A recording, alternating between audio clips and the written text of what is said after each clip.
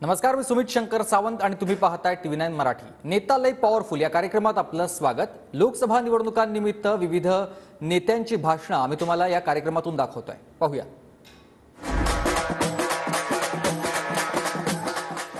काल माझे मित्र आणि माझे आवडते खाद्य संजय राऊत नावाचा माणूस इकडे येऊन गेला आणि जेव्हा इथे येतात तेव्हा माझ्यावर बोलल्याशिवाय त्यांना आनंद होत नाही। खरं म्हणायला गेलं तर महिला इकडे बसल्या आहेत, नंतर ऐराणीमध्ये मी इतक्या घाणघाण शिव्या दिल्या असत्या का त्याच्या बापालाही त्याची आठवण झाली नसती।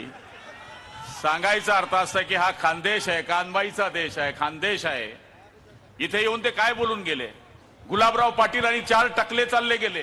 त्यांना माहिती नाही 4 लोक काय काम करतात। चिमन आबान ते 4 जण गेले, मग देवेंद्र भाऊंचा फोन आला, हे 4 खांदे झाले आणि मी आग्या झाला आणि मागून गिरीश भाऊन चिल्लर टाकली, राम बोलो भाई राम, बजा दिया काम। आणि मोदीजींवर टीका करण्याची यांची लायकी नाहीये। मी त्यांना आज आव्हान करतोय आमच्या नेत्यांच्या समोर, देवेंद्रजींच्या समोर, की विधानसभेची निवडणूक अजून 6 महिन्यावर आहे। खरं राजाराम राऊतची औलाद असेल, जळगाव ग्रामीण मध्ये उभा राहून दाखव, 4 मुंड्या चित करून तुला जर आडवा केला नाही तर माझ्या बापाचं नाव लावणार नाही।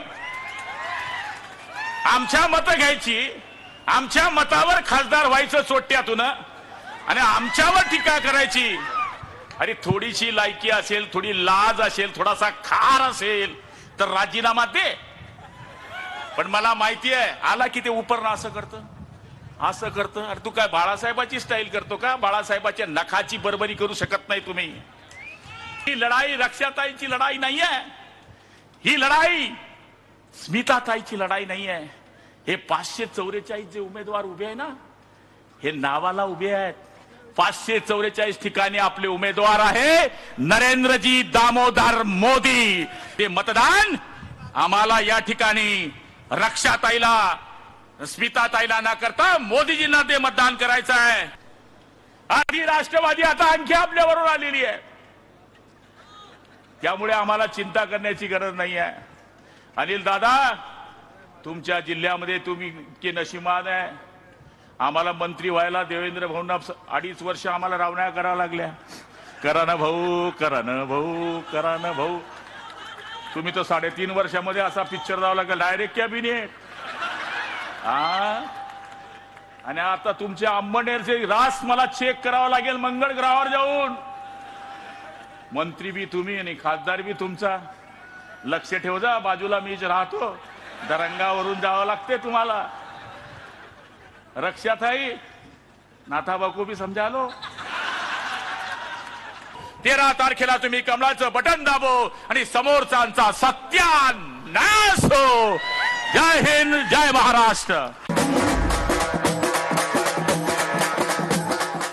भारतीय जनता पक्षात चोर आणि लफंग्यांचा पक्ष आहे आणि नरेंद्र मोदी हे त्या चोरांचे सरदार आहेत। या तप्त उन्हामध्ये आपण जमलेला आहात, सूर्य आग ओकतोय, घामाघूम झालेला आहात आणि ज्यांनी 250 खोके घेऊन घरात बसलेले आहेत ते आज आपल्या सभेकडे पाहतायत काय होता इकडं। महाराष्ट्रातली सगळ्यात मोठी गद्दारी या जिल्ह्यामध्ये झाली।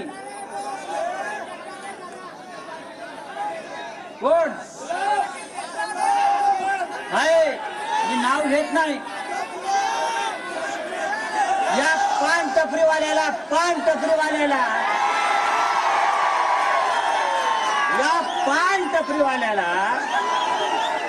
बाळासाहेब ठाकरेंनी आमदार केला, मंत्री केला। 4 जून नंतर त्याला परत पान टपरीवर बसवायची जबाबदारी आपल्या सगळ्यांची। महाराष्ट्राची अस्मिता असलेले 2 नेते, माननीय शरद पवार साहेब आणि माननीय शिवसेना पक्ष प्रमुख उद्धव ठाकरे, या दोन्ही पक्ष त्या फोडले। त्याचं कारण असं आहे, त्यांना हा महाराष्ट्र लुटायचा आहे आणि आम्ही त्या लुटीला विरोध करत होतो म्हणून त्यांनी आपला पक्ष फोडलेला। याच्यावरती उद्धव ठाकरे साहेबांनी सांगितलंय अरे 400 पार काय, यावेळेला भाजपा तडीपार. जळगावच्या आणि रावेरच्या जनतेनं ही तडीपारीची नोटीस इकडल्या गद्दारांना दिली पाहिजे, इकडल्या उमेदवारांना दिली पाहिजे.